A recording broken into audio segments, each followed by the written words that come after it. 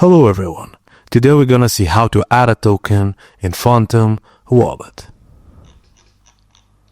Firstly, visit the Phantom Wallet website and download the extension and set it up and log into your wallet.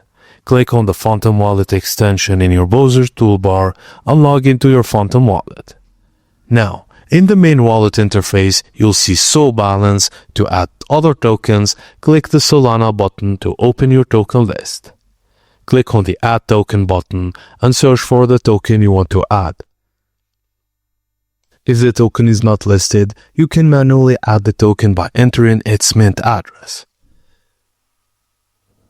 Once you've added the token, it will appear in your wallet's token list. You can now send, receive, and view your balance for that specific token. To send tokens, just click on it and you want to send, then follow the prompts to enter recipient's address and amount. And that's it guys. Thank you for watching and please don't forget to like and subscribe for more.